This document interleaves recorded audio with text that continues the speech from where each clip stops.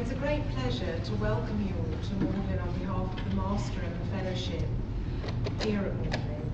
Some of you, I hope all of you, will know that we were the college of Anthony Edgar Garside Wright. Of course, many of you will know him as Antony Gray.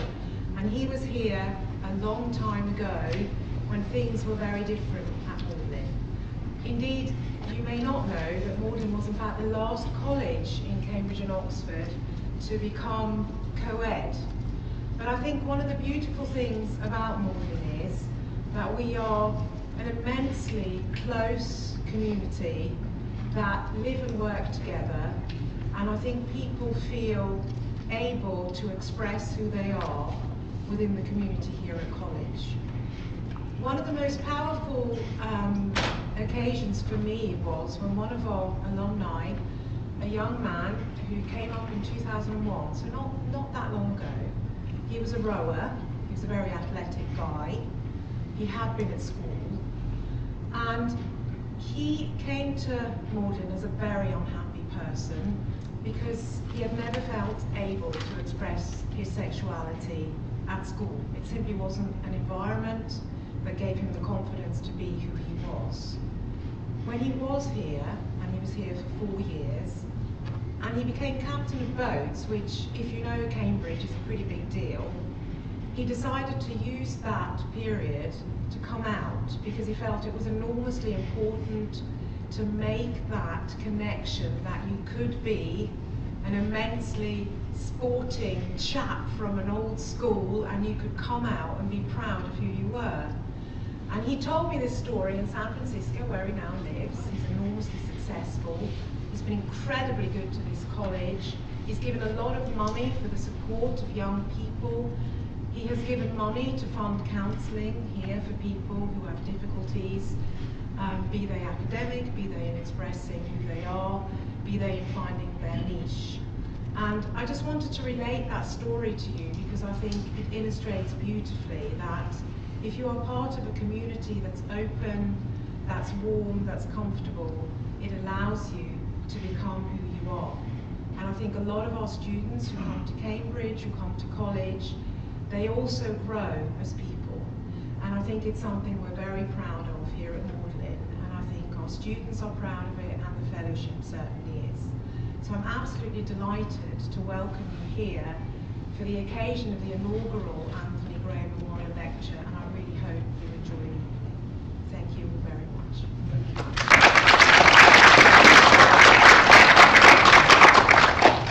Thank you very much, Corinne. Just test the microphone is working. We were given the option of lapel microphones, but then the technician told us a story that somebody had been wearing their lapel microphone and wandered into the toilets while the microphone was still on, so I thought we would avoid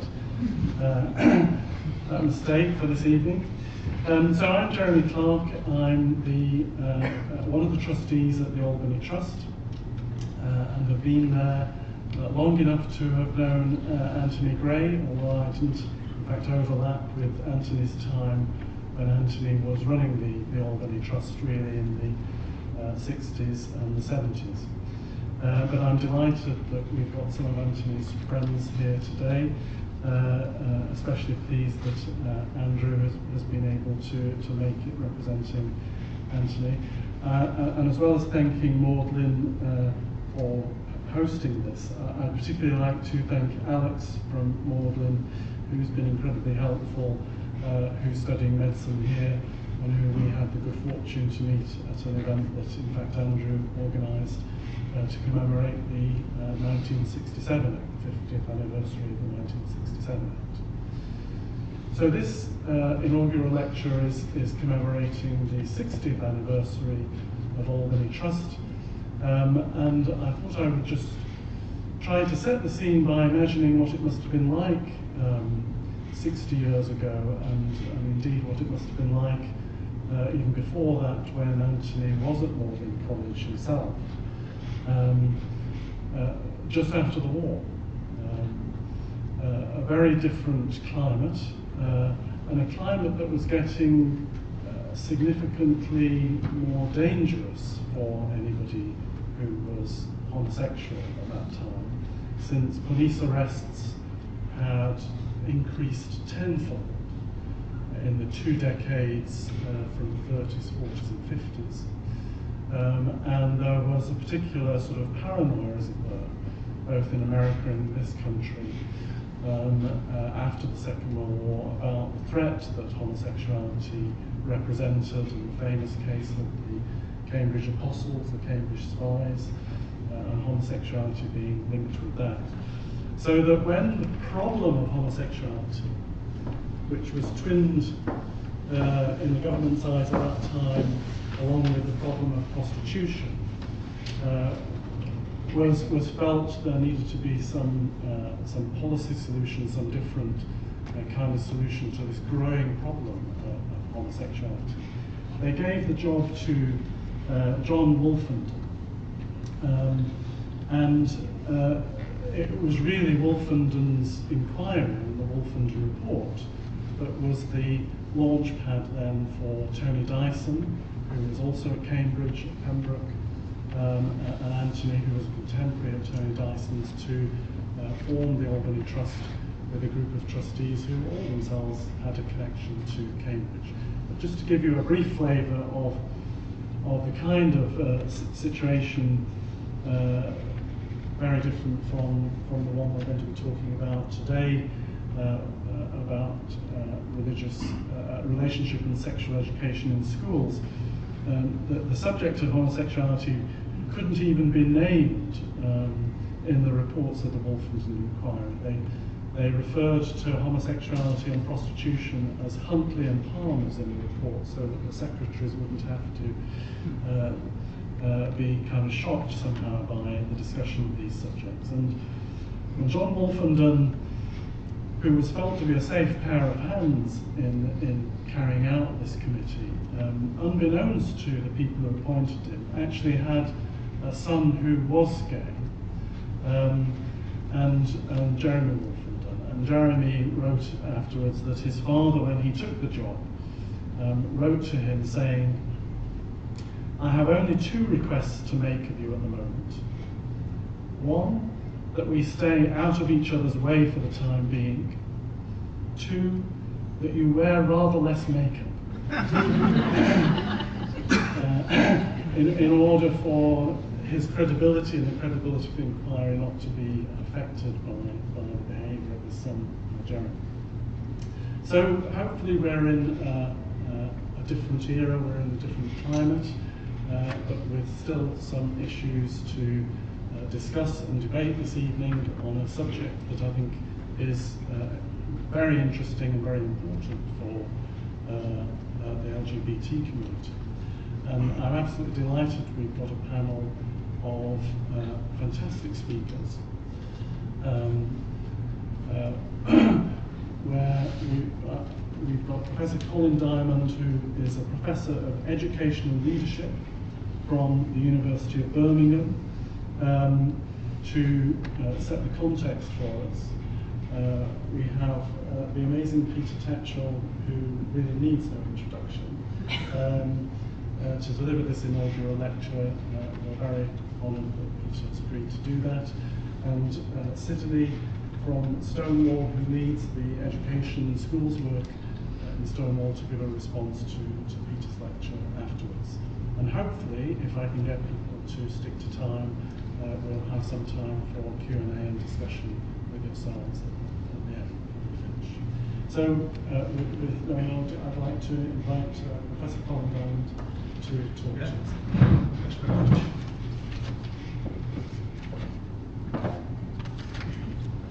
Right, good evening, everybody. Good evening. I'm trying to think what's my Cambridge connection. The nearest I could get would be John Cleese. He was here. So.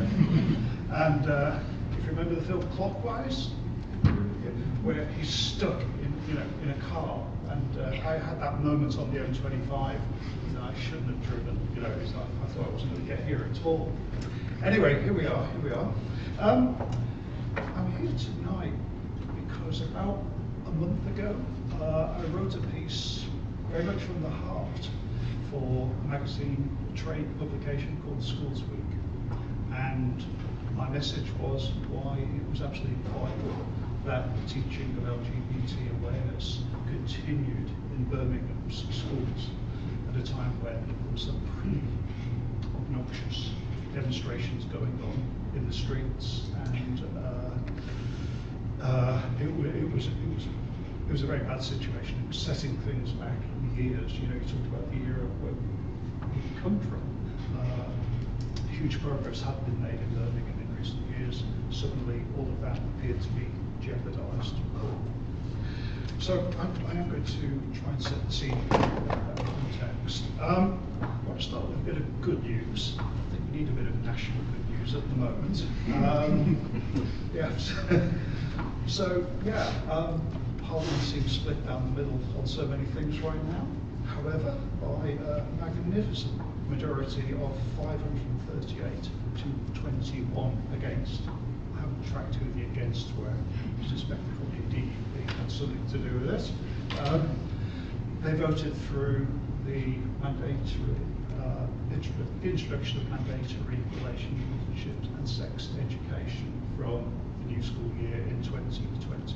So that's relationships and sex education for secondary, a few tiny exceptions, and relationships education in primary schools. Of course, if you work in primary ed, if you work in secondary, you might say, well, what's new? We've been teaching about these things from one angle or the other for quite a while. But this is the first makeover that statutory guidance has had since around the year 2000. And of course, many things have moved on since that time. It's a good debate to read, actually. You get the full spectrum of MPs' opinions coming through. I think it does very much mirror what society is feeling about these issues. On the one hand, you have absolutely full, unequivocal support, and for goodness sake, you know, let's remember that 11-year-olds, nearly 30% of them have seen some kind of online porn by that stage. So you imagine you can withhold this sort of information from them. We also know in the context of the LGBT community that way north of 50% of LGBT students were bullied at school because of their sexuality. So come on, you know. Good debate, really good parliamentary debate. I wish we could say the same about what was happening on the streets of Birmingham. As I touched on a few seconds ago, we've seen some ugly scenes out on the streets outside several schools. So the questions I have been asked by numerous journalists is, well, what's going on? Why is it mainly just Birmingham? Who's this guy, Andy Moffat, who wrote the No Outsiders materials? And what on earth should we do next? So roughly in that order. A friend of mine called Andy Moffat wrote some books called Teaching No Outsiders 5, 6, 7 years ago now. I remember when the book was published. We got pretty drunk that night. A good head teacher meeting, I would say, that evening. We celebrated the publication of the books. They're a major step forward. Andy had written materials a few years before that, which were kind of described as challenging homophobia in primary schools. And that ran for a while. Andy wasn't quite happy with the way it was going. So he thought, I know what I'm going to do. I'm going to anchor LGBT awareness, teaching thereof, all of that, within the Equalities Act 2010, recognising it along with all the other protected characteristics. And that's the platform upon which we're going to work in Birmingham schools. I thought it was really good materials, really good. I remember sitting with counsellors of all faiths and none, introducing them to it. We got it formally adopted by Birmingham City Council about 4 years ago. So it's been going on quietly but spectacularly, working with the community brain, no problem at all. So what's happened? Well, it's the thing that I said at the beginning, it's the arrival of the consultation on mandatory RSE in schools. That has been the catalyst for a whole range of responses, including from some pretty unpleasant organisations saying, what we're talking about here really needs to be taught at home or in, whether it's church, temple, synagogue, wherever, mosque. And the state should not be interfering here because you're actually potentially diluting our faith beliefs, our cultural beliefs. And that would be fine to a point, except of course the fulcrum was all about LGBT issues. Nothing else really. Actually, when you stripped it all down, it was all about LGBT. So that's been the catalyst. What actually happened in Birmingham is really unfortunate because a great majority of schools do teach about LGBT issues in an age-appropriate way. Ofsted said Hartfield School, which is where Andy's taught for years, it's all age-appropriate, it's absolutely fine, nothing to worry about. And actually, if you look at the materials, I'm sure some of you have looked at the materials, they are so actually innocuous and anodyne. There's not, a couple of penguins, boy penguins sitting around an egg, or a couple of families with two daddies, two mummies. It's that kind of level, the kind of age-appropriate stuff. A lot of that now is jeopardised because, and why Birmingham, why isn't it happening in Bradford, or Burnley, or Blackburn, or Luton, or wherever? It's because there's a small minority of activists in Birmingham who, several years ago, decided that they wanted to introduce a form of mainstream education based on very, very dated, socially conservative Islamic values. That became known as the Trojan Horse episode. That's what took me to Birmingham in the first place, and it took a lot to kind of recenter things after that. So there are people within the Birmingham community who have unique access to how to disrupt state education, and it's really, really distressing to see what's happened. That's why only in Birmingham, principally only in Birmingham. And of course, if you're a head teacher, you're really caught in the middle here. If you carry on at the moment using materials, you'll have demonstrations outside your schools. There are people who will try and set you apart from the community. It's designed to divide where there's been a huge degree of social progress over the years. If you suspend the teaching of no outsiders kind of materials, you're then seen to have capitulated to the public, and that puts the head teachers in a terrible place, because that's not how they are seeing it. It's very hard to find the middle ground there. One thing that's never been reported, I tried to get some journalists to listen to this, is that when some homophobic graffiti was sprayed on the walls outside the school, it was members of the local community who removed it. They spent hours scrubbing the walls clean because they were offended by what it said. So the great majority of the community, and it is principally the Muslim community outside of the city, they're fine with things. They're absolutely fine with things.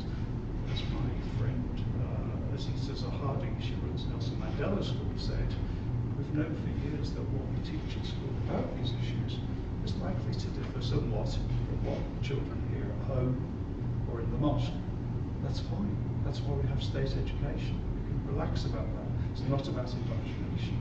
The phrase I use quite often is our purpose in education is to help young people make informed choices, perhaps then go on to live them out in the way that was described earlier.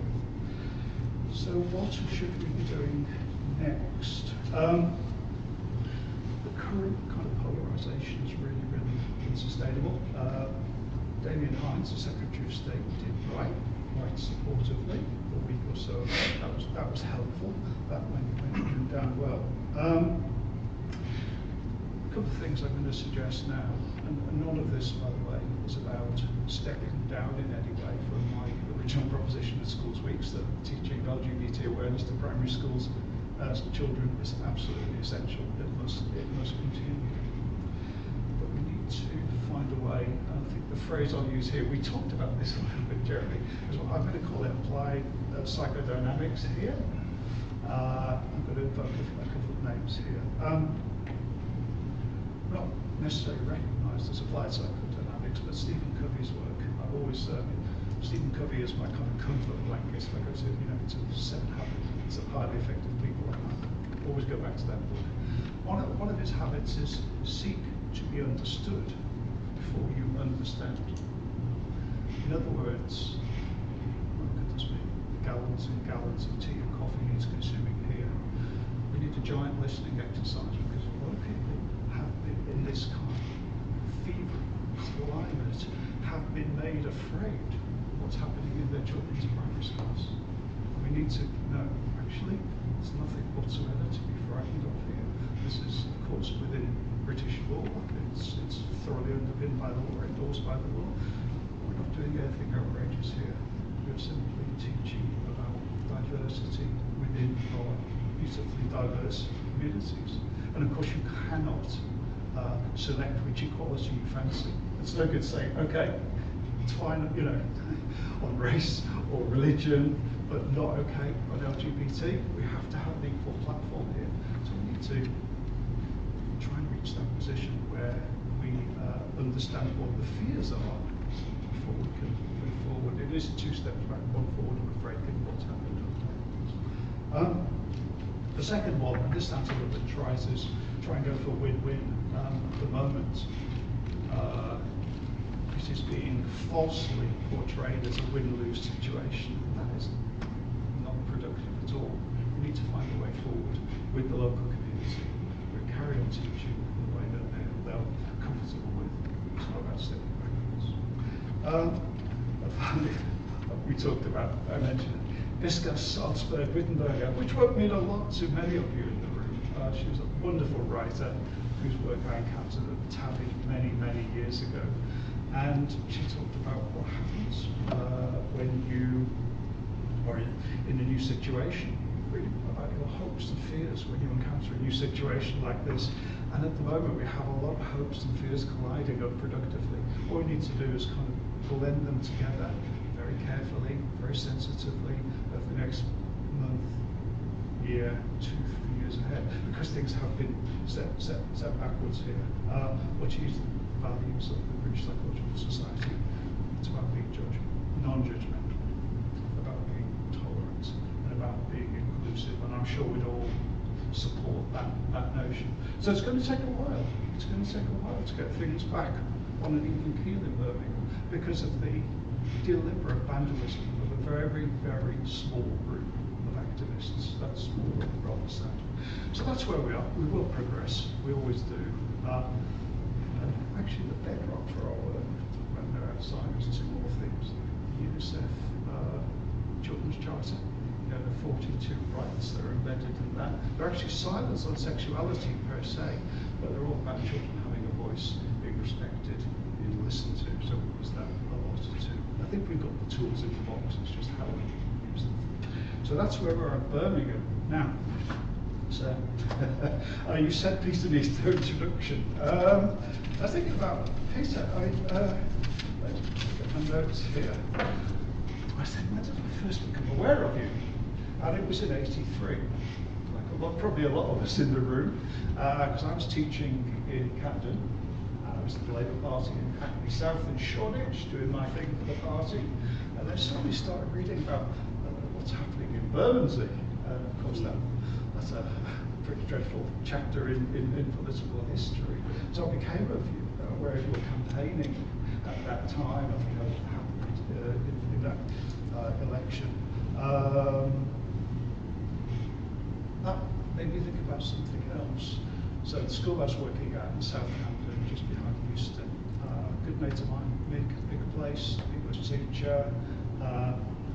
Remember, he didn't want to tell me for a long time. Eventually, I said, "What's the matter, Mick? What is it?" He said, more or less kind of, "I'm gay." I said, "Okay, yeah, and you know."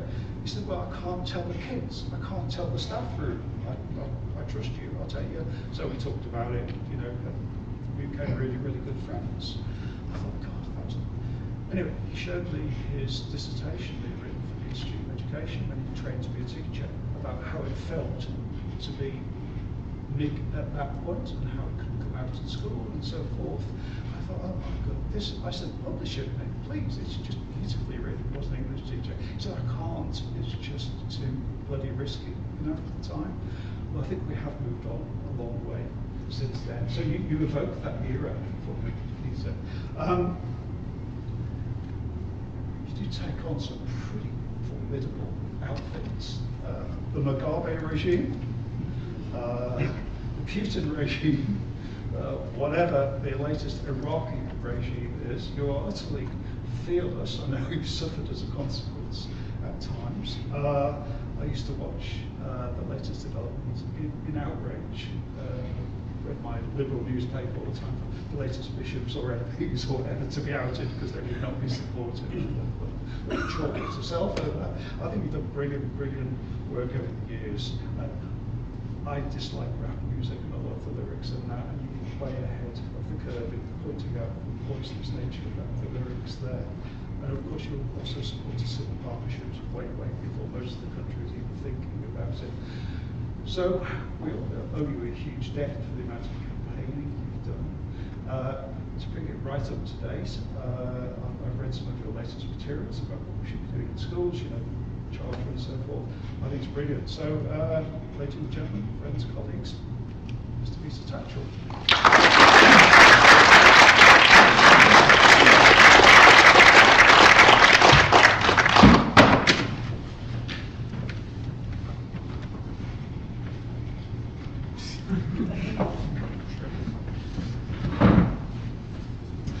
Well, thank you, Colin, and thanks to all of you for joining me this evening.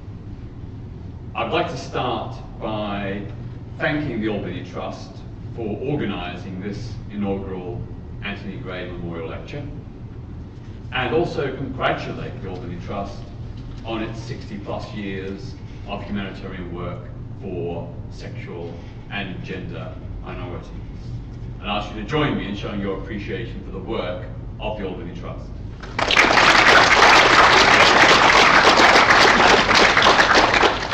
My thanks also to Magdalen College, where Antony Gray studied as an undergraduate, for hosting us this evening. Antony Gray was a quite extraordinary man, who I personally knew for 30+ years. He did so much for LGBT+ rights over many decades. Most notably, he was the key organizer of the campaign that secured the partial decriminalisation of male homosexuality in England and Wales in 1967. A huge positive achievement, albeit with some limitations, not of Antony's choosing, but of the choosing of the MPs and peers who steered that legislation through. I am absolutely certain that without Antony's exceptional lobbying skills and persuasive manner, that law reform would have taken much longer to achieve. And indeed, many more, probably thousands more, gay and bisexual men would have been dragged through the courts. So it is my great honour to give this first inaugural Antony Gray Memorial Lecture in recognition of his awesome contribution to LGBT+ rights in the UK. The title of this lecture is What Should Schools Teach Pupils About Sex? It comes at a time when relationship and sex education in schools is a matter of considerable public dispute among some, mostly religious parents.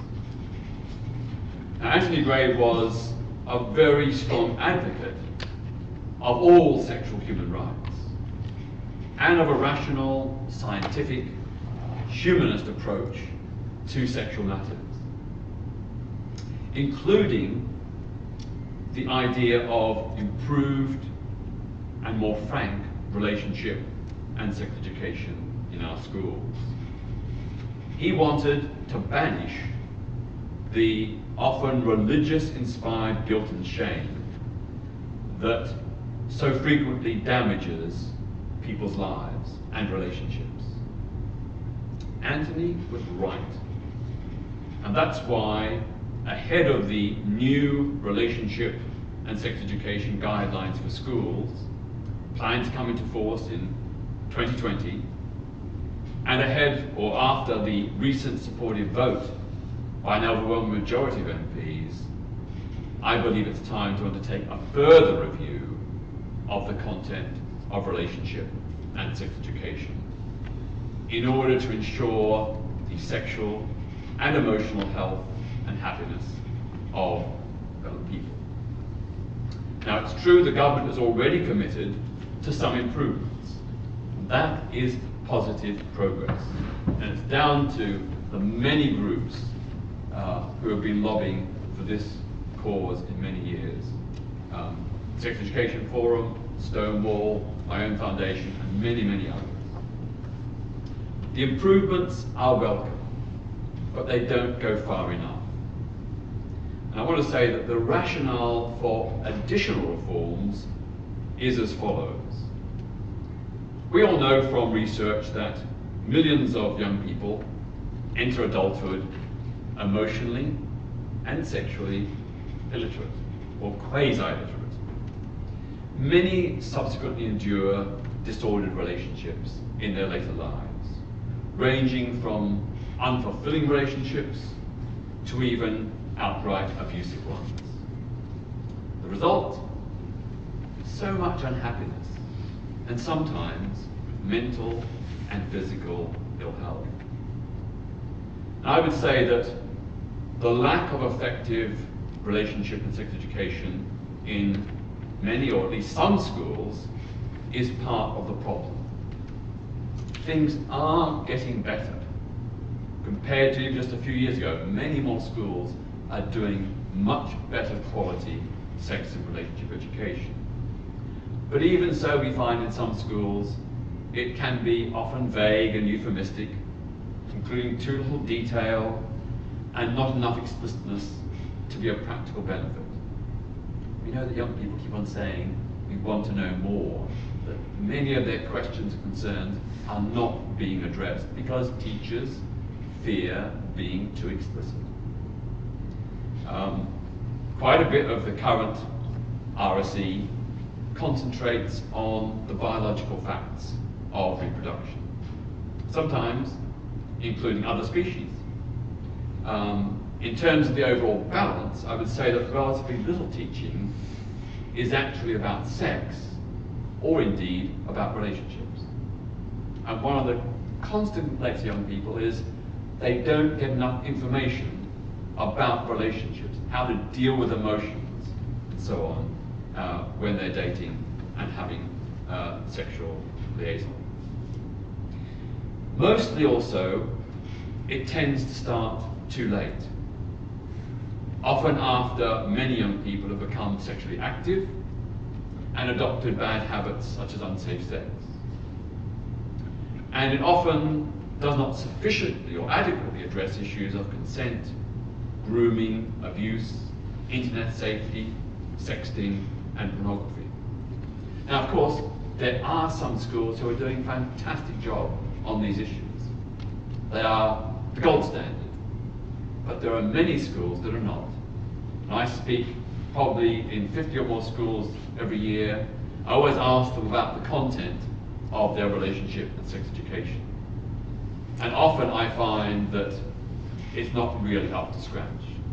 It's not really addressing the issues, or at least all the issues, that young people are rightly concerned about.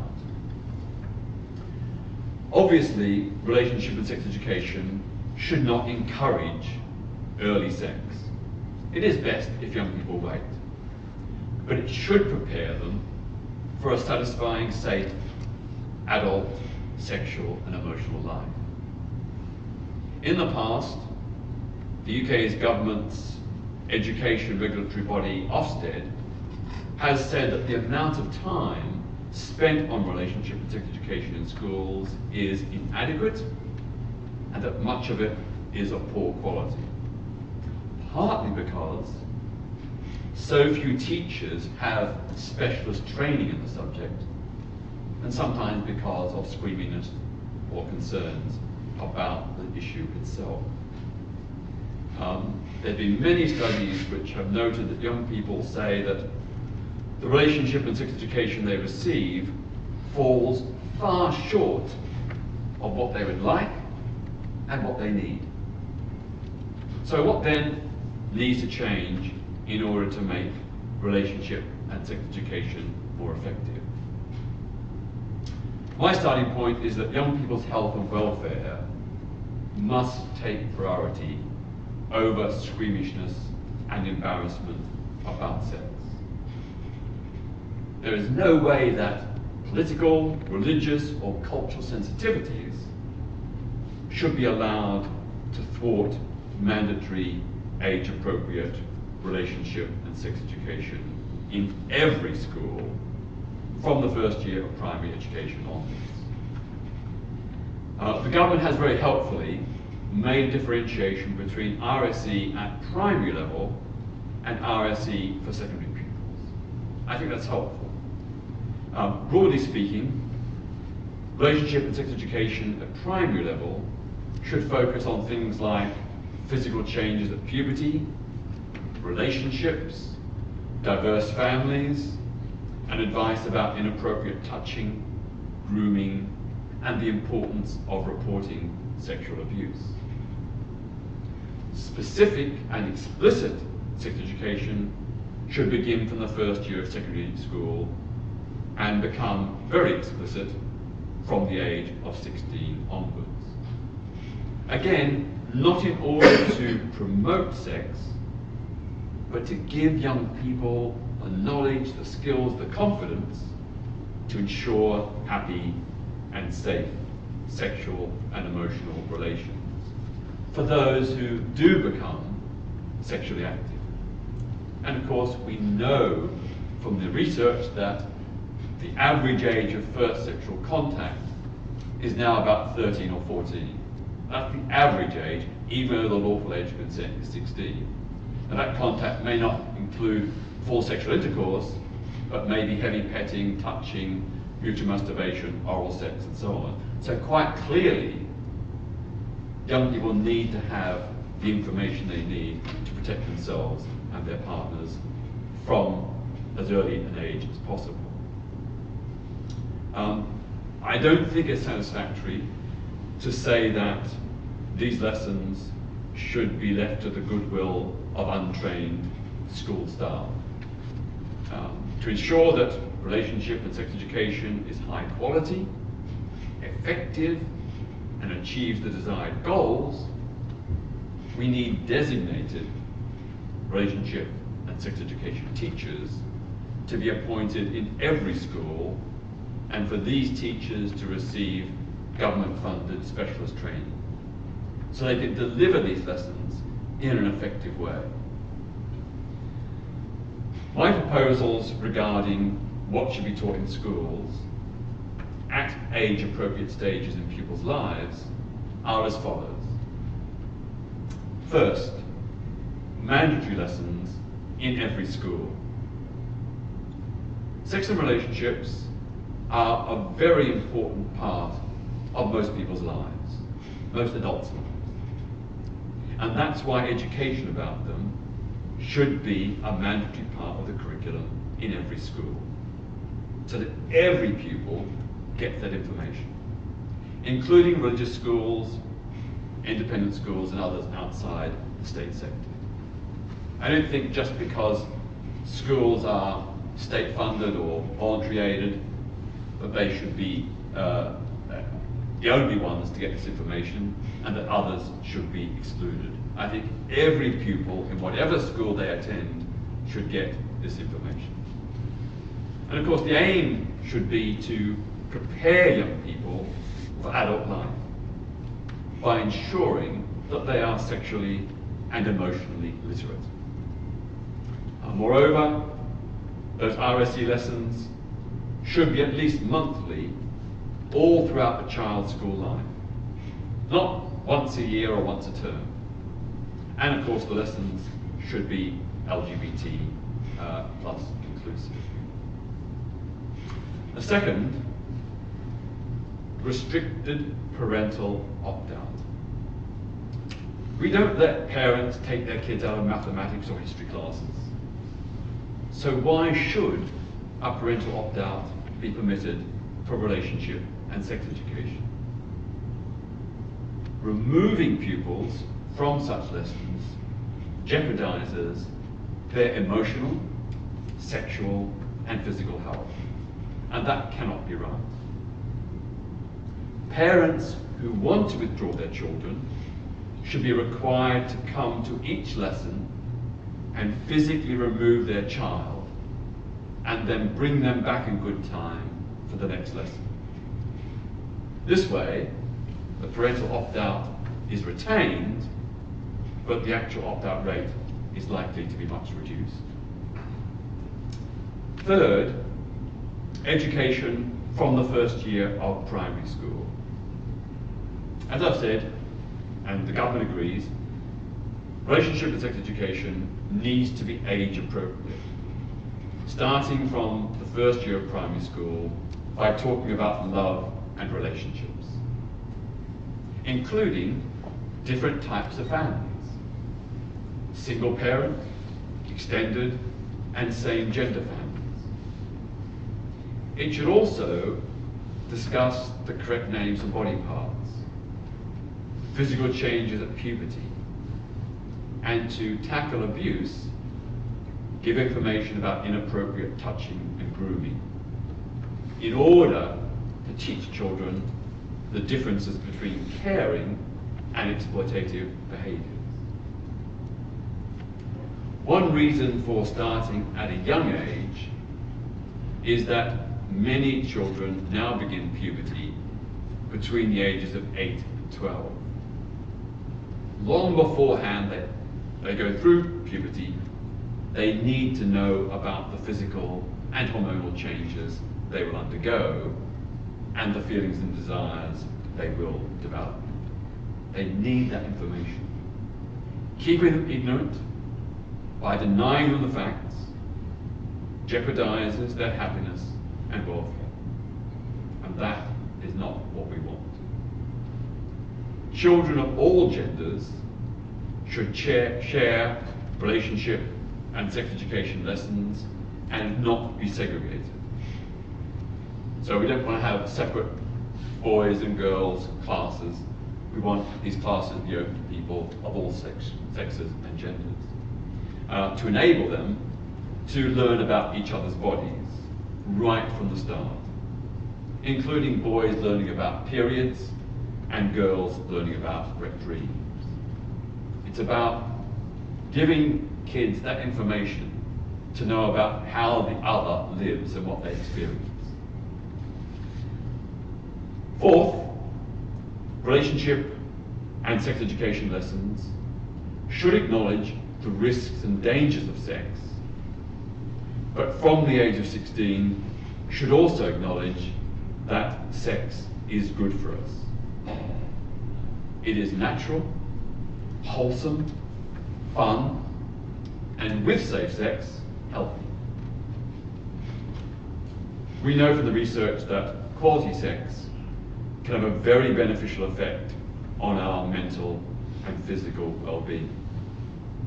If you're in a happy, fulfilled sexual and emotional relationship, it's likely to have a very positive, uplifting effect on your whole person and your relationship. Young people have a right to know that while sex is not essential for health and happiness, there are some people who are asexual. They get by without sex, and that's fine. However, young people also need to know that for most people, regular, fulfilling sex lifts their spirits and enhances their lives and relationships. That's a positive thing for the individuals and their partners, and overall it's a positive thing for the whole of society. Fifth, overcoming sex shame to tackle abuse. Sexual abuse is a problem, a big problem. Sexual guilt is also a big problem. Sexual guilt causes immense human misery. Not just frustrated, unhappy sex lives, but in many cases actual psychological and physical ill health.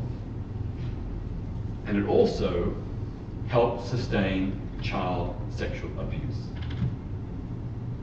Adults who sexually exploit youngsters often get away with it because the victims feel embarrassed or guilty about sex and are therefore reluctant to report it. If you have sex shame, you're much less likely to feel confident and able to discuss what's been done to you and to report it and get action taken.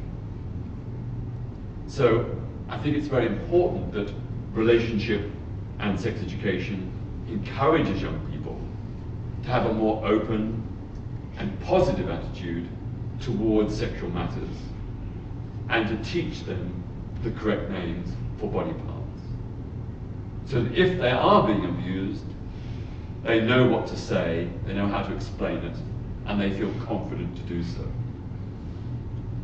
I think all the evidence shows that pupils who are knowledgeable about their bodies and who feel at ease talking about sex are much more likely to disclose abuse.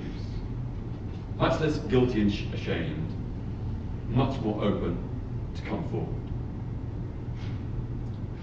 Sixth, how to have sexual fulfillment. Sexual literacy is important. Good sex isn't obvious. It has to be learned. In the absence of practical information from parents and teachers on how to achieve shared sexual pleasure, many young people are turning to pornography with its unrealistic and often degrading images. To ensure happier, more fulfilled relationships in adulthood, relationship and sex education for pupils aged 16 plus should include advice on how to achieve mutually fulfilling, high-quality sex, including the emotional and erotic value of foreplay, the multitude of erogenous zones and how to excite them, and methods to achieve pleasure for oneself and, very importantly, for one's partner. I'd say this is particularly important for boys who often know very little about female sexual anatomy and how to give a female partner fulfillment. We need to overcome that imbalance, the way in which boys often regard the female body as a foreign place, a place about which they know little.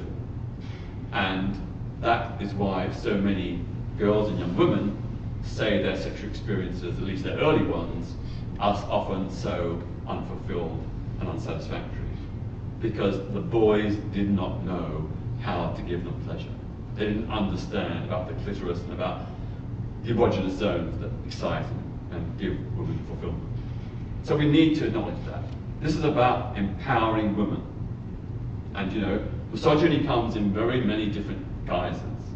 And one of them is about the ignorance with which boys and young men have about female sexual anatomy.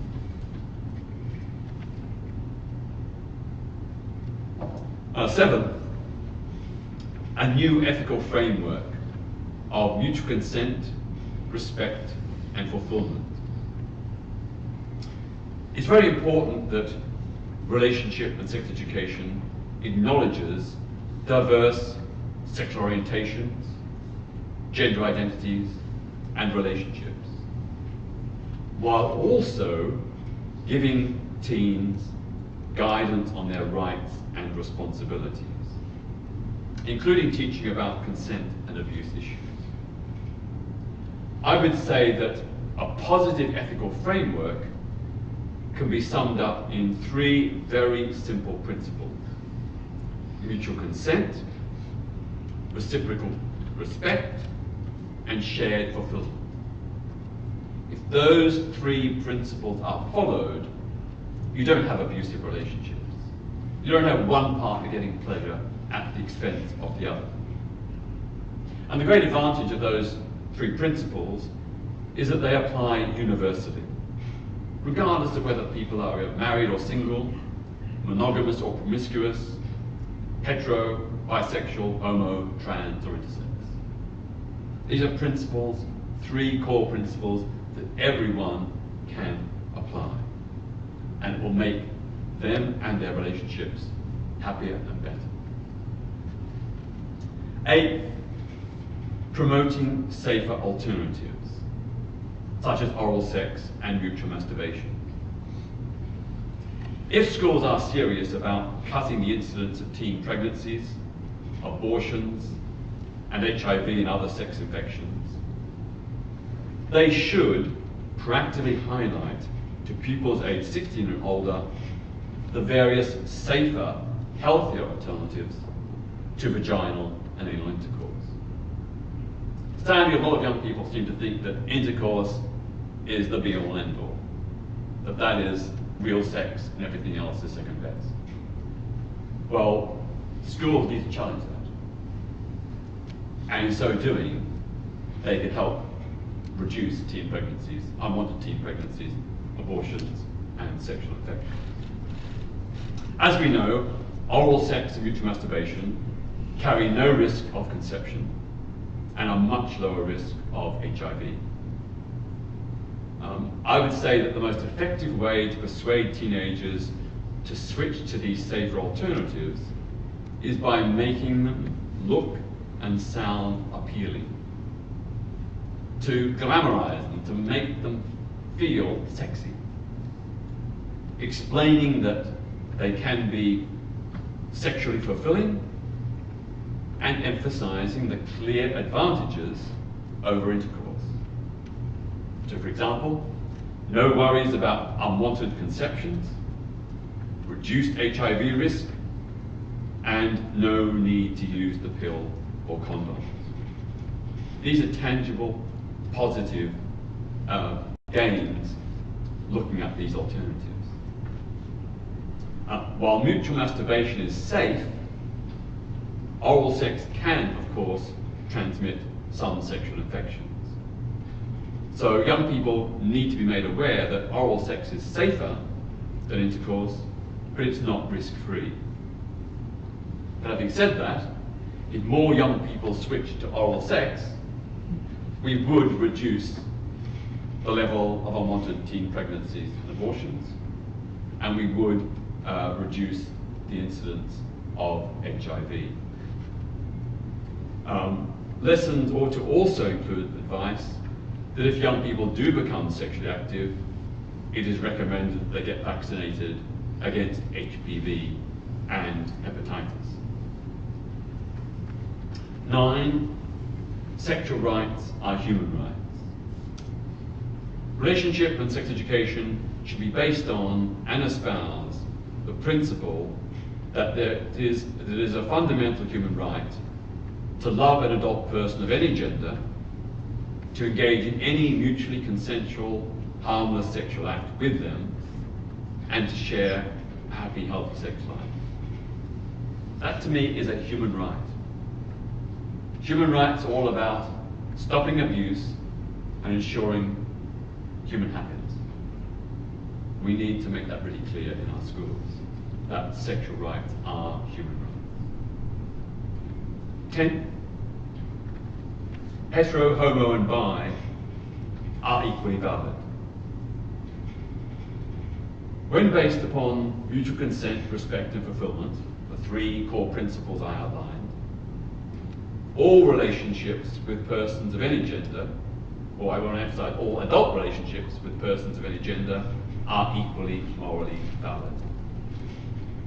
While schools should not promote any particular sexual orientation, they should encourage understanding and acceptance of heterosexual, homosexual, bisexual, asexual, and pansexual orientations, and transgender and intersex identity. Doing this is vital to ensure self-acceptance by pupils with such orientations or identities, and to help combat prejudice, discrimination, bullying, and hate crime. 11, the right to sexual self-determination. It's my body and my right to control it. That should be the mantra in every school, to ensure that young people assert their right to determine what they and others do with their body, including the right to abstain from sex, to say no to sex, and to report abuse. This ethos of self-determination is vital, crucial, to thwart people who attempt to pressure youngsters into unwanted sex, abusive relationships, and risky sex. The right to self-determination is a core principle of good relationship and sex education. 12, live and let live. Human sexuality embraces a glorious diversity of emotions and desires. We're all unique, with our own individual erotic and emotional tastes. People are fulfilled in a huge variety of different ways. What turns one person on may not work for someone else, and vice versa. But providing behavior is consensual between adults, where no one is harmed and the enjoyment is reciprocal, schools should adopt a non-judgmental live and let live attitude. They should not be in the business of prescribing morality beyond the three core principles of mutual consent, respect, and fulfillment. 13, advice on internet safety. The nowadays widespread access to the internet and social media has exposed many young people to pornography, sexting, and the risks of grooming, abuse, and online harassment. These issues and how to stay safe online need to be a cornerstone of relationship and sex education lessons, so that teens can be aware of the dangers and protect themselves. 14, respect for sexual diversity. Our desires and temperaments are not the same. There is no one-size-fits-all when it comes to sex, love, and relationships. Providing they fall within the ethical framework of adult mutual consent, respect, and fulfillment, it is not the business of RSE in schools to neglect sexual diversity or to endorse sexual conformity. We really do have to have a ethos of respect for sexual diversity, which of course many schools are increasingly embracing, perhaps even most schools. And finally, 15, give pupils all the facts. Sex education from the age of 16 ought to tell the whole truth about every kind of sex and relationship, including perhaps sexual practices that some people might find distasteful. Now, the purpose of such frankness is not to encourage these practices, but to help people deal with them if they encounter them in later life. And this includes advising them on their right to refuse to participate in sexual practices that they dislike or object to. But these are the range of sexual practices. You may not like them, or you may like them, but it's your choice and your decision. Don't let someone else pressure you into doing things that you may find objectionable. So finally, it's over to the Education Secretary. I would appeal to the government to ensure that these proposals and those of other organisations like the Sex Education Forum for much improved relationship and sex education lessons are a statutory requirement in all schools, and that they're LGBT+ inclusive. I say that solely and purely from the motivation of safeguarding and protecting young people's health and welfare. If their health and welfare comes first, and I believe it should, we have to address these issues. We have to address them in a frank, upfront way that enables young people to have the knowledge, the skills and the confidence to assert the kind of sex relationships and feelings that they want. Not what society imposes upon them, not what religious institutions dictate, not what peers or elderly people propose, but what they want, what fulfills them. So it's about listening to young people. And all these ideas I've shared with you tonight are based upon the many discussions I've had with young people in schools over the last 30 years that I've been doing it. These are the issues they say concern them. I want to thank all of you for coming tonight.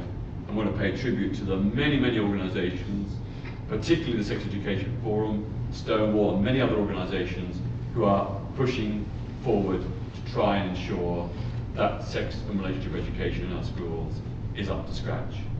Young people deserve nothing less. Thank you.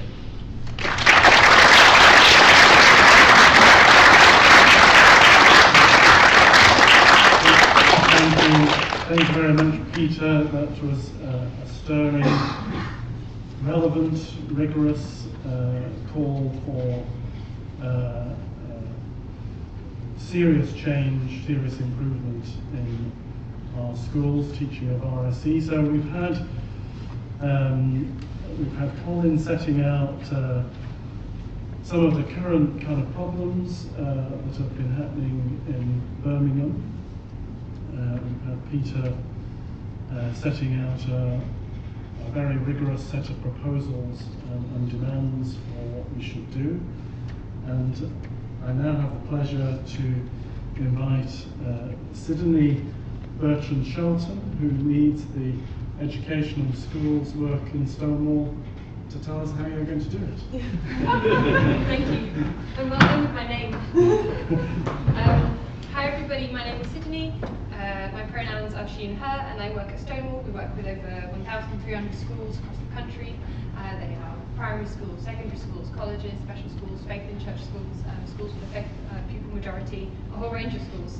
I guess perhaps what I wanted to talk about is sex education and relation to sex education is really, really important. But I suppose that perhaps focus on the practicalities of how we get parents on board, how we talk about faith, and how we do that by bringing everyone onto the same page. I agree with much of what Peter has said, especially for listening to young people themselves, because if there's anything I know, it's that we should just listen to them far, far more often. That's actually what I spend my time doing, with working with teachers, just listen to young people yourself. Okay, I think I wanted to start with how things have been portrayed in the press lately, because whilst a small number of people have shown opposition to LGBT inclusive relationships education and relationships and sex education, there are so many more LGBT people, allies, people of faith, organisations who've shown their support for talking about LGBT people and relationships throughout school life. And I really want to highlight the voices that are missing when you're reading those headlines and when you're seeing those things on social media. It ignores the voices of LGBT people of faith. And it ignores the voices of people who are faith who are supportive of things, of education being LGBT inclusive. And it ignores the voices of children and young people themselves, and that's all children and young people, not just those who may grow up to identify as LGBT, not just those who come from LGBT families, but actually all children and young people and the LGBT people that I suppose they will meet as they grow up. And it also ignores the experiences of LGBT teachers. Can they be themselves in their workplace? Can they use the pronoun that they feel most comfortable with? Can they talk about their partner? Those are the kinds of things that I think about. And it reminds us at Stonewall of Section 28 and the way that that talks about the promotion of homosexuality in schools and how afraid we were of that. And it's so interesting when you think about, well, Disney, I guess. how often do you see straight couples marrying the prince and the princess, and we give young people that from the moment that they're born. Right. But I would like to start with the success, just as was highlighted right at the start, which was about the Commons vote and 538 who voted in favour of relationships education, relationships and sex education. I know we keep saying relationships education, relationships and sex education. It's because it's really important when we're talking about the difference between primary schools and secondary schools. What I really like about the new guidance is the way that it talks about what we should be doing in primary schools. So we should be talking about different families in relationships education. And actually, parents can't opt out of that.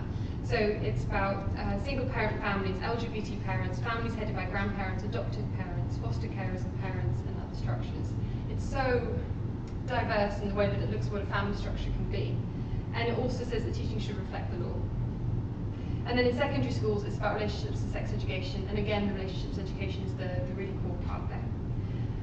I guess for me and the work that we do with schools, I don't just want to see LGBT inclusion in relationships and sex education. I want to see it everywhere. I want to see it in your history lessons, I want to see it in your maths lessons, in your art, in absolutely everything that you do. And I'm not saying it should all be rainbow all the time, but we should be learning about our histories and the diversity and all of our diversity throughout every aspect of the curriculum. Now I'm going to focus a little bit on faith and church schools and what this might mean. Our work has always focused on building bridges between communities to create a more accepting world for all LGBT people. It doesn't mean we're always perfect at it, but it means that we definitely learn from our mistakes. And I think that so many faiths focus and centre on messages of love, respect and acceptance, and that these messages are so core to religions, that creating LGBT inclusive learning environments is because of their faith and it's not in spite of it. That's where I've seen this work be done amazingly, amazingly really well. And I've got some examples of where that's been done well too. You've got Bilingual God's Children, which was written by the Church of England in 2017, and that's about tackling homophobic, biphobic and transphobic bullying and language in Church of England schools, and that even shaped the way that they are inspected by their own SciEMS inspectorate. And then you've got Made in God's Image by the Catholic Education Service, that focuses on tackling homophobic and biphobic bullying and language in schools. And then The Wellbeing of LGBT Pupils, a guide for Orthodox Jewish schools, which was an amazing resource made by the Office for the Chief Rabbi and Kushett in 2018. Now, the last one, I guess, more explicitly focuses on supporting LGBT young people, but all of them focus on tackling homophobic, biphobic language and transphobic bullying language. And I think that's where this work starts for a lot of schools. If you think about a journey that you might go on, you've got to start with the first point before you can build on the rest. Now, the other thing that's so frustrating about the way that the press talks about it is that it gives you the impression that schools are opting out of doing it and they're not doing it, if they were doing it, that they've stopped doing it. And that's not true. There are hundreds of schools who are doing this work really, really well. Of course, there's some stuff that I think we could be doing better, but there are so many schools doing brilliant work already. So what do we see as best practice? It's embedded into the school values. It's embedded into absolutely everything that the school does. And also it's in line with the Equality Act, like has already been talked about. So what's really helpful is the public sector equality duty, and there's one thing that I really love from this, which is fostering good relations between people who share a protected characteristic and those who do not. And for me, no part of this does this echo more than this line in particular about fostering good relations between people who have a protected characteristic and those who don't. Of course, when you're working with children and young people in a school, you don't know necessarily if they will grow up to identify as LGBT. You don't know necessarily what things will happen to them in their lives, what protected characteristics they will identify with. But fostering those good relationships is so important. Ofsted also look at it, which is a really good scary thing to bring up sometimes. And then the best work I've seen is schools inviting LGBT people of faith or people of faith who have LGBT inclusive approaches to come in and speak about that in school. The rhetoric so often ignores LGBT people of faith is quite frustrating, and their experiences are of course as diverse as anybody else's. Alright, parents and carers. What I know is that when parents understand what the content of the teaching involves and why it's important, they're so much less likely to withdraw their children. And we know that the rates of withdrawal have been really low when parents have been effectively engaged with. So then it's a conversation about what does effective engagement look like. I suppose it's back to the start of what does listening look like? What does having good conversations look like? I thought it was really interesting because Leeds Beckett University did a survey of teachers and parents, and they found that 94% felt that it was important for schools to teach children about LGBT identities, and the same percentage felt that schools had a responsibility to promote LGBT inclusion. And if you look at, it's quite an old report, but it's Stonewall's Living Together, it found that actually parents would prefer the schools talking about LGBT inclusion so that they didn't have to. And I do feel a little bit for parents. When did they learn about LGBT things in schools? When did this language and this way of talking about it be something that they ever had access to? And if you were to Google it, would you find the right information right away? I'm not sure that you would necessarily. So sometimes we talk about how can we best bring parents on board, but also give them a chance to catch up, perhaps. I said that not as a parent, so it's okay if you want to have a go. It's also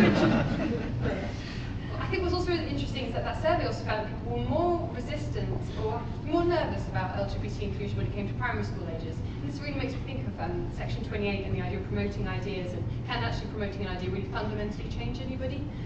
I'm not sure, but I do think it can tell you that who you are is okay, and what your difference is fine, and you are valid as yourself, and diversity is beautiful, and everybody brings different things to it, and that is really the conversation we're talking about in primary school. So in primary schools, this conversation about different families, same love, it's recognising that children will come from LGBT families, that they will meet LGBT people in their lives, or they will see them on YouTube. And it's also about tackling gender stereotypes, so that the boy who isn't good at sports and the girl who really is, and actually the kids who enjoys playing up with the dressing up box, so they all feel equally valued and celebrated actually as well.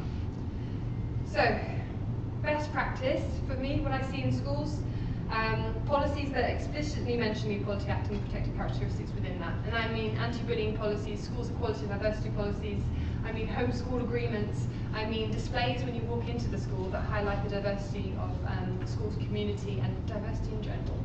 If I walk into a school and it's got a board up to celebrate LGBT History Month, especially secondary, I want to see on that board that there are LGBT people of colour, that there are LGBT disabled people, that there are a whole range of possibilities of what it is to be LGBT, but also to celebrate diversity in all of its forms throughout. And when we're looking at a primary school, I want to see the kids have drawn pictures of their own families, and every single family celebrated. Have I missed anything? Invite, this whole thing about listening, inviting parents and carers in to look at the policies, to consult on them, and to work on them together. I think that's really how we will get somewhere with it. But it's true that a real challenge is that teachers don't get training specifically on relationships and sex education in a way that's as widespread as, for example, maths or science. But the best work I've seen is where it's been student-led, and students can actually be so powerful in getting parents and carers on board. So I fundamentally agree that pupils and students need to know what healthy relationships look like. That's so important. I also think that young people should know that the label that you're assigned and given as soon as you're born doesn't have to be the thing that defines you. And actually that relationships and sex education should absolutely be led by the needs of children and young people themselves. Even I am out of date. But what I did, I looked at some stats and I found some really interesting things. So Brooke, which is a great charity, did a research report with CEOP in 2017 called Digital Romance, and they found that LGBT young people were more likely than others to have asked someone out online and to have dated someone that they had met online. And significantly more non-binary gender young people, as people who don't identify as male or female but can move between the two or be more static. Forgive me if that's not a great off-the-cuff definition, I can give you a proper one. But non-binary gender young people had met someone online they had then started seeing compared to cisgender as people who aren't trans boys and girls. And significantly more bi young people have done so as well. I think it's so interesting when you look at LGBT, it's often like an umbrella that's lumped together, but there are so many nuances within. We learn so much about being an ally between and amongst ourselves as well as we do more externally. So I guess this just highlights the different experiences of bi young people and non-binary young people as well. Finally, school report stats. Nearly 9 in 10 LGBT pupils have learned about contraception and safe sex at school, but only 1 in 5 and only 1 in 10 trans pupils learned about this in relation to same sex. And 13% have learned about how to have healthy relationships in relation to same-sex relationships. 13%! I don't even know how you're supposed to go out into the world and navigate without being taught relationships and sex education that's relevant to you. And we know that this has an impact on the well-being of young people. More than 2 in 5 LGBT pupils don't feel able to be themselves, and more than and the same statistic again, including half of trans pupils don't feel part of their school community. How are you supposed to focus on your lessons if you don't feel like you belong? How are you supposed to be able to pay attention if you don't feel like you can be yourself? And this is probably universal for a lot of children and young people, but specifically for LGBT young people as well. And I started by saying all the voices that I thought were missing. So I thought I'd end with some quotes from young people from the report, which asked young people aged 11 to 19, about just under 4,000 of them, what they thought about their life and education. So, if I knew what trans meant at an earlier enough age, I might have had an easier time at school. I went through a period of being very anxious and depressed because I was so confused about my own gender identity, and I didn't feel I had anyone I could talk to about it. I couldn't figure out why I was so uncomfortable in my own skin. That's Matthew, who's now 19, in college in the Southwest. All of the sex education sessions throughout school were regarding heterosexual relationships. It was always assumed that everyone in the class was straight. That's Phoebe, who's 18 and now at university. And I just want to end with one glimmer of hope. In my previous school, we had a really great PSHE teacher who just gave us the space to talk about LGBT issues where we all felt comfortable and accepted. Like 18, not 6. Thank you.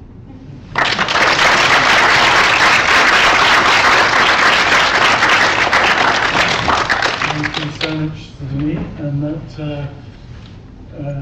gives the chair, on the one hand, a very easy job in the sense that all our speakers have fantastically stuck to time. So we now have an opportunity for questions and answers from you, but there is, the difficult part of the job is that we've heard 3 speakers who all more or less agree with each other. So your responsibility, I think, is to find some areas which I'm sure Antony Gray would have found, of disagreement or of scepticism or of question or of challenge to what we've been hearing.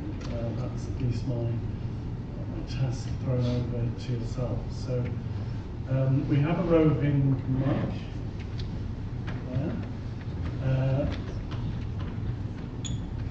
So who would like to start us off? You're relying on the chair to start us off. Great. Thank you. Would you like to say your name? Do I need a mic? I'll probably here. It's all good. I'm Jay. Really awesome talk. Really good to hear lots of similar but slightly different perspectives. I guess my question is kind of about the content of what we're going to be teaching in schools, and specifically this idea around teaching people what healthy relationships are, and particularly, I guess, around sexual violence and sexual abuse. We've talked a lot about how sexual shame can stop people from speaking out, but I wanted to hear kind of about how we will teach young people to also not perpetrate sexual violence specifically. There was a paper I read earlier this year, for example, which showed that the rate of sexual violence towards bisexual youth is much higher, enriched by the age of 14 compared to gay and straight equivalents, also slightly higher for gay people compared to straight people.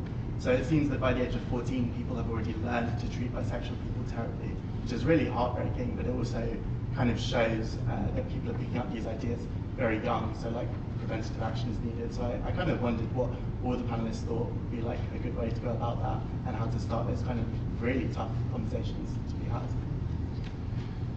Great, thank you for that question, which fulfills, I think, my criteria for challenge. So I'm going to throw that over to Colin to start with then on the difficult areas of things that are happening. Is that live? Is that is the mic on? So you just press this button there. Push. There you go. Thank you. Yeah, really good points there. And it was kind of, a lot of that was reverberating as I was listening to colleagues here. I think what we're touching on here is something about how we prepare teachers right through from the early years through to those who are working with 16, 17, 18-year-olds to teach this really well. And it's not like a canon of knowledge, as people have touched on about maths or history or whatever. At least not on the surface it isn't. We're into really complex understandings. In our profession, we wrap it up in terms of personal, social, health ed, or social, moral, cultural, whatever. Actually, what we need here are colleagues who know themselves pretty well and understand their journey to how they've become who they are now as adults working with young children. Many teachers, I don't want to stereotype too much, but like to stand behind their subject discipline, particularly in secondary schools. And I do recall when we launched kind of some of these kind of things in London, a lot of teachers just backed off from it. You know, they were frightened of working in the affective domain. They felt really ill-prepared for it. And I think we've got a huge training job here. I'm a little bit nervous about Peter's suggestion about the designated teacher, because the risk there potentially is what I call music teacher syndrome in secondary schools, where every kid's taught by the one music teacher. I think it's a whole staff responsibility.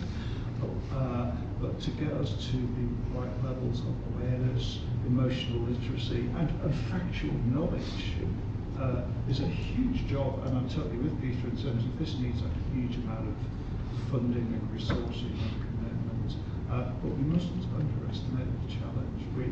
Whilst people do really, really well out there, where we could be, and I think your charge as it were, you know, gosh, we haven't got the workforce ready to do that yet.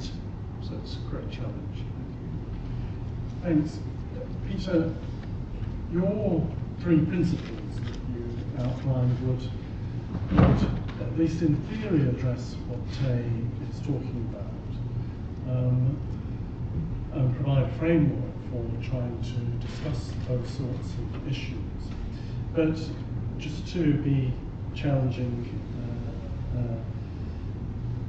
these are principles that you've been talking about for, I should say, 30 years. And in the days of safer sex education, you were talking about these particularly, of course, to the populations at risk. And yet, at Albany Trust, of course, we see people who have experienced abuse, have experienced violence in relationships. And it's not that people don't have the knowledge or indeed the awareness of those sorts of principles in theory, but actually the behaviour hasn't really changed in many respects. We see still a lot of damaging behaviour, including in the gay community particularly, still going on. So just information, education doesn't seem to be enough to bring about the kind of change that I think Taylor's trying to bring about. I think you're right, and I would say that the kind of agenda that I outlined needs to go hand in hand with challenging machismo, because we don't want to be stereotypical, but on the whole, violence in general and sexual violence in particular is mostly perpetrated by men against either other men or more often against women. So challenging macho attitudes, I think, is a crucial component or dimension of helping to ensure more respectful, non-abusive, non-violent relationships. So I would like to see in PSHE and other aspects of the curriculum a lot more attention focused on challenging that. And I think you know, it is very, very clear that there are strands of youth culture which have quite high toxic levels of masculinity, which is actually glorified and rarely ever challenged. And I think it needs to be challenged. I think we need to say that these kinds of attitudes towards women, this kind of attitude, me first, you know, the sort of very narcissistic, my satisfaction mentality, has to be questioned and challenged. And that part of that is challenging the imbalance between the genders and the way in which some men, not all men obviously, some men have this very masculinist view of it's my right, or what I want I get. And there are elements of strands of youth culture that actually reinforce that, and I think they need to be challenged. Thank you. So we've got 3 questions. So I'll take all 3 questions and then ask, in fact we've got 4 questions, I'll take all 4 questions and then I'll ask the panellists to respond. So, yes, you did have an answer. Do you want me to do it really quickly? If you could, yeah. I'll do it because I think it's a good one. Okay, sorry. Okay, so there's this quote in the school report that that really resonated with me, and it was by a young person who said they didn't feel like they were given the tools by the school to understand their bisexuality. And I'm going to focus specifically on the bi thing that you raised, because I think it's so important. I think lots of things about the way that RSE is taught at the moment make it harder to understand bi relationships, but also like abusive, and I think it doesn't help that we tend to split sessions by like boy-girl. I don't think it's helpful that we tend to assume that people are either straight or gay. I don't think it's helpful that we tend to assume that everybody in the room isn't trans, for example. I think teacher confidence is a huge issue. I think when teachers are feel more confident to talk about LGBT, and that's everything under that umbrella, that we will see a change there. I think the teachers already do quite good training, quite good lessons on identifying abusive relationships and things like that, but they need to get more confident in talking about it. And I have been wrestling with what does a bi-inclusive lesson look like? What does bi-inclusive relationships education look like? And I think it's case studies that show the journey of somebody and their relationships, and then it's working through that as a class. And then the best work I've seen is where students review their own relationships in sex education, say, you know, we never learned about this and it would have been really helpful. That's the best work I've seen.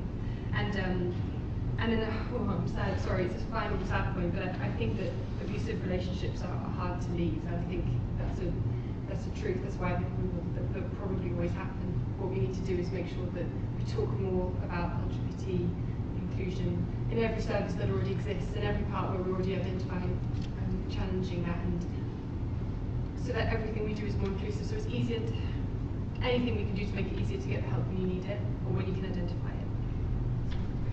That was very helpful. We've got 4 questions and we've got about 6 minutes to be able to answer them. So they're going to have to be rapid fire questions and answers. So I'm going to go in that direction. Shall I have the microphone, or are you okay? I think I'm okay. If you're okay with me. First of all, my name is Francesca. I'm a member of this college, and I'm very glad that I came tonight. I'm actually heterosexual, and I wish I had learned a lot more about the LGBTQ community much earlier in my life. I would like to follow on from the question you raised about preventing abuse and sexual assault among youth. Chances are that when you're teaching this sort of thing in a classroom, that you have someone in that classroom who's already experienced it.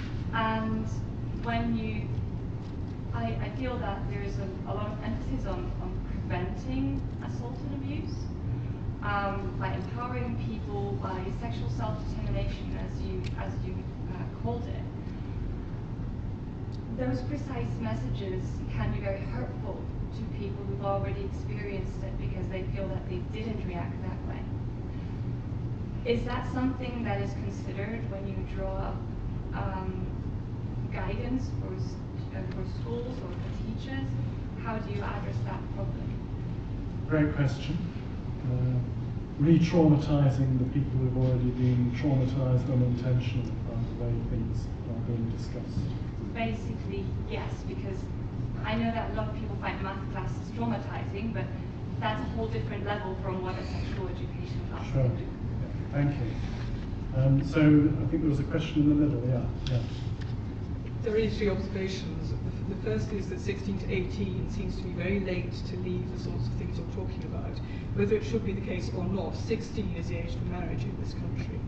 The idea that you're old enough to get married at 16, but you might have to wait to 16, 17, 18, seems to me to be leaving it far, far too late. It's closing far too many stable doors after horses long since bolted. So that's the first observation I wanted to make. The second was triggered by some comments you made before I thought I wanted to ask a question, and that's about machismo. And one of the things I wanted to say is that we, particularly tertiary education, which I am enrolled in, we really have to think seriously about the way in which so much of what we do within the university sector is rooted in competition, in exclusion, in I am better than you, I got a 2-1, you only got a 2-2, but anyway I should have had a first, etc. That built into what we do often, unless we work very hard as supervisors and directors and others to militate against it, is a sort of machismo of the mind which has got nothing to do with your anatomy and nothing to do with your genitalia.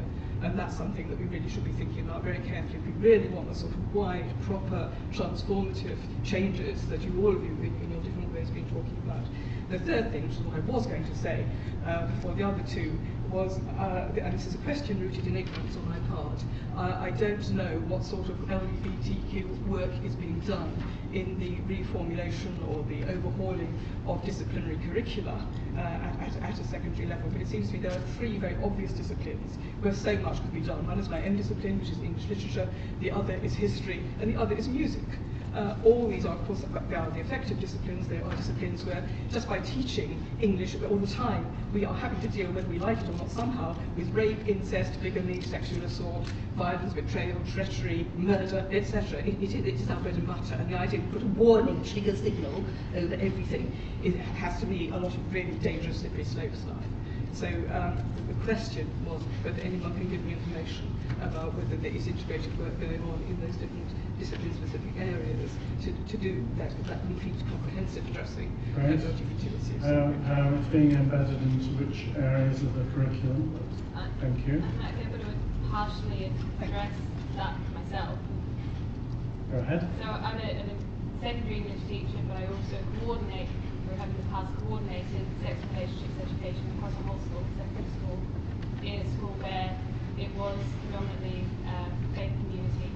So I know a lot of the challenges and have worked, as a permanent member of staff dealing with those challenges, and also bringing on a whole team of people, 20 teachers onto teaching relationships sex education,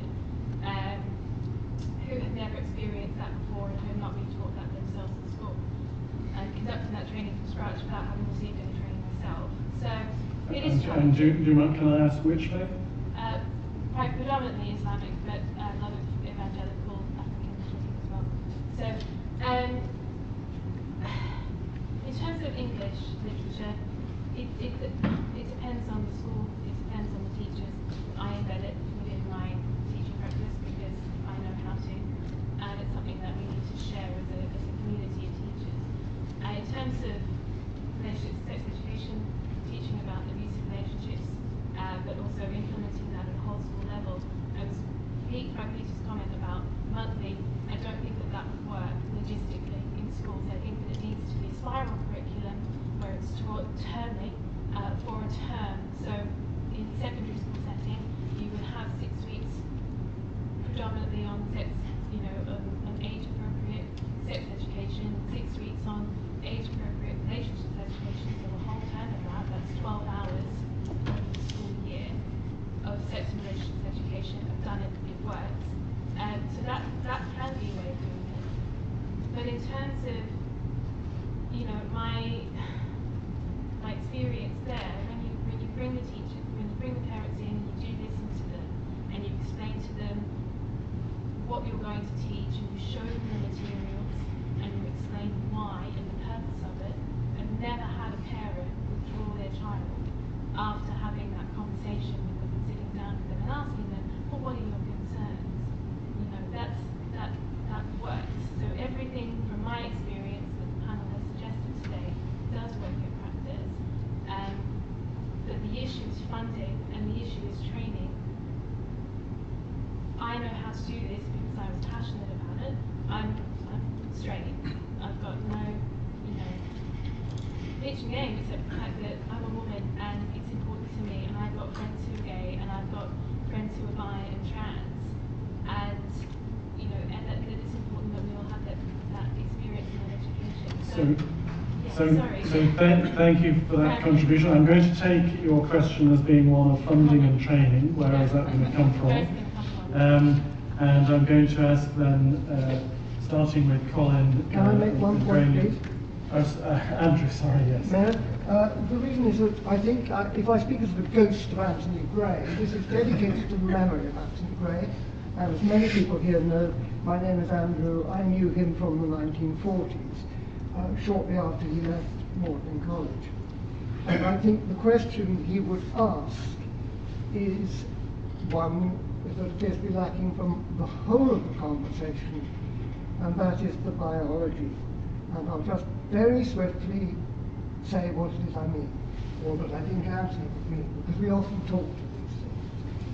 I have recently read suggestions that the hymen usually dissolves while the baby is in the womb. I have recently read that sperm takes something like 64 days to become the full sperm from the initial, whatever that tiny little beginning cell is. It seems to me that most people go to school, leave school, live their entire adult lives, and Antony used to say this, without grasping the biology. And I understand that the biology, the knowledge of it, is constantly changing. So to deal only with relationships is to begin at point 2. I understand that we can't in primary schools be talking about all the physical aspects, but women are never going to be understood by men until men have to know the physiology of women. And women have always been faster to grasp the physiology of men, but even that is being re-understood. So my question to a panel would be, how do you teach so that an adult will understand their own physiology and the other genders' physiology? So, well, that would be my guess at Antony's. So science to end with is the 4th question then. So we've got a question about preventing abuse unintentionally through re-traumatizing people who've experienced it. We've got a question about embedding RSE and LGBT into different parts of the curriculum, a question about funding and training, and a question about the facts of life and the science involved. Oh. Okay, Twitter versions, because I feel like we could open up something here which would actually literally talk for hours and hours, some rich seams here. Okay, biology first. Such facts are taught in primary. You'd be amazed at some of the conversations that happen with 3- and 4-year-olds in the nurseries. They ask wonderfully penetrating questions about biology, and that's where it starts.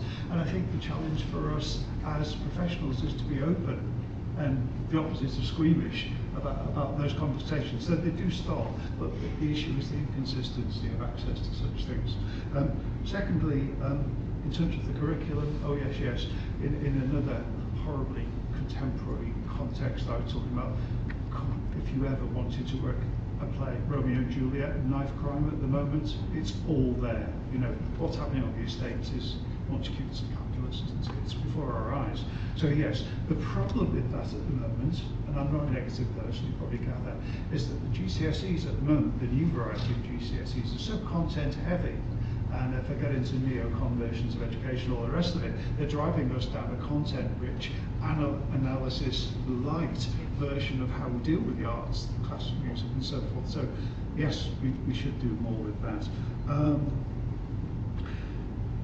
Accidentally, inadvertently re-traumatizing. Yes, for me, when you're working as a class teacher, the average group size, 20, 25, 30, and so forth, there are times when you will do that. Yes, and you have to be really hyper aware of it. It's going to happen. For me, it's an intersection here with safeguarding. I mean safeguarding in the wider sense of that when such things happen, they will happen. Quite often what happens in a really healthy learning environment is that somebody's going to come up to you afterwards and talk to someone else about, hey, you know, touched on something there, it's the opportunity for that more private discourse, a safe space. So I feel as in we still have a Victorian model of education. We still, work to the clock with groups of a certain size in Victorian schoolhouses. Stuff like that's going to happen. I'm not cavalier about it. Funding and resourcing, finally, this is hugely underfunded. But as we are the 6th nation in the world, that goes for our whole state education system, and we should be putting a lot more into this. Sadly, at the moment, the principal domain that characterises our education system is one of machismo and who's on top and all the rest of it, some stuff on social media. So we've got a lot to turn around. Thank you, Colin. You've given 4 fantastic answers to all 4 questions. So I'm going to liberate Peter and Sidney from answering all 4, and perhaps just ask you to pick up any one of those questions that you'd like to comment on. Yeah, Peter. In terms of spanning out LGBT plus issues into the whole curriculum, I totally agree. And for those of you who don't know, there's a very good website called The Classroom, which provides ready-made lessons for teachers to download to integrate LGBT plus issues into mathematics, physics, history, science, whatever. It's a really good example of how you can make LGBT plus issues embedded in the whole curriculum rather than just sticking them in PSHE or relationships and sex education. Almost 30 years ago, I was invited to go to Germany to give lessons, especially produced and organised lessons as part of a research project for the German education system. And obviously I had to go to schools where they spoke good English, because sadly my German is not up to scratch. I was told to make these lessons as explicit as I wish, and the more explicit the better. And I was given different pupil ages, 11 to 13, 14 to 15, and then 16 plus. All the kids had to get written permission from their parents to attend these lessons. No other teachers were present in the room, although sneakily they had a two-way mirror and an audio feed of what I was saying and what the pupil's response was. The feedback from the teachers and the parents was that it was the best response they ever had from pupils, that because I was outside of the school, I wasn't part of the school system, because I was essentially an anonymous person, they felt able to talk about anything they wanted to. So they asked questions they would never dare ask their teachers. The feedback from the parents was, there wasn't a single complaint from parents, and the repeated feedback from most parents was, for the first time, they felt able to discuss on their child's initiative, based on the lessons that I'd given, sexual and emotional matters, which they hadn't felt confident to address or broach. So I think it shows that being explicit and very frank actually can pay dividends in the right circumstances and framework. The final point I just addressed, Alison's point, 16 is a very arbitrary age, and I agree that essentially if young people have their first sexual experience around the age of 13 or 14, 16 is really too late. So I guess it's graduations of explicitness. So, the really explicit stuff probably could only be agreed by a government from 16 plus, but still quite a lot of explicit stuff should, I think, ideally be introduced around 11, 12 and 13, so that, as you've suggested, before young people become sexually active, they get the knowledge, the skills and the confidence to make wise, responsible decisions. So if we had found an answer to Andrew's question and found a way to clone Peter, we could do away with sex altogether and just unleash Peter on all the schools.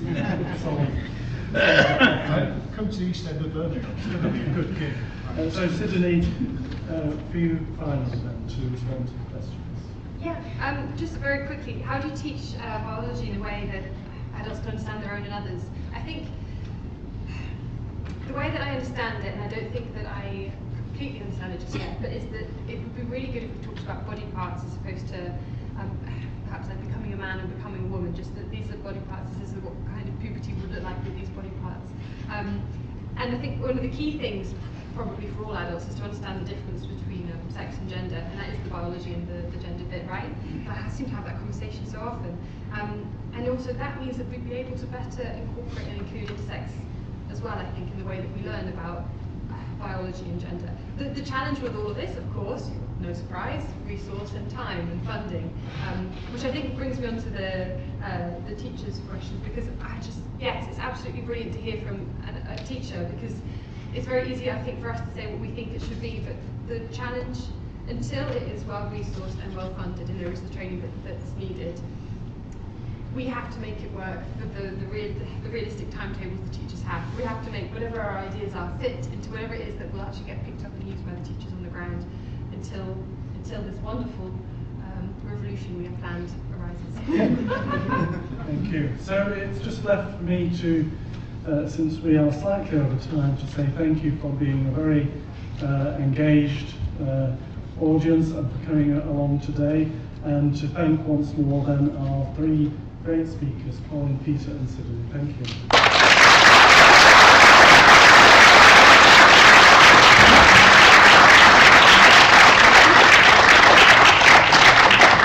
Safe journey home. Can I just repeat my thanks to Colin and Sydney for being here tonight, for your contributions, and to thank all of you. And if you're interested in the work of my foundation, please take one of the leaflets. Thank you.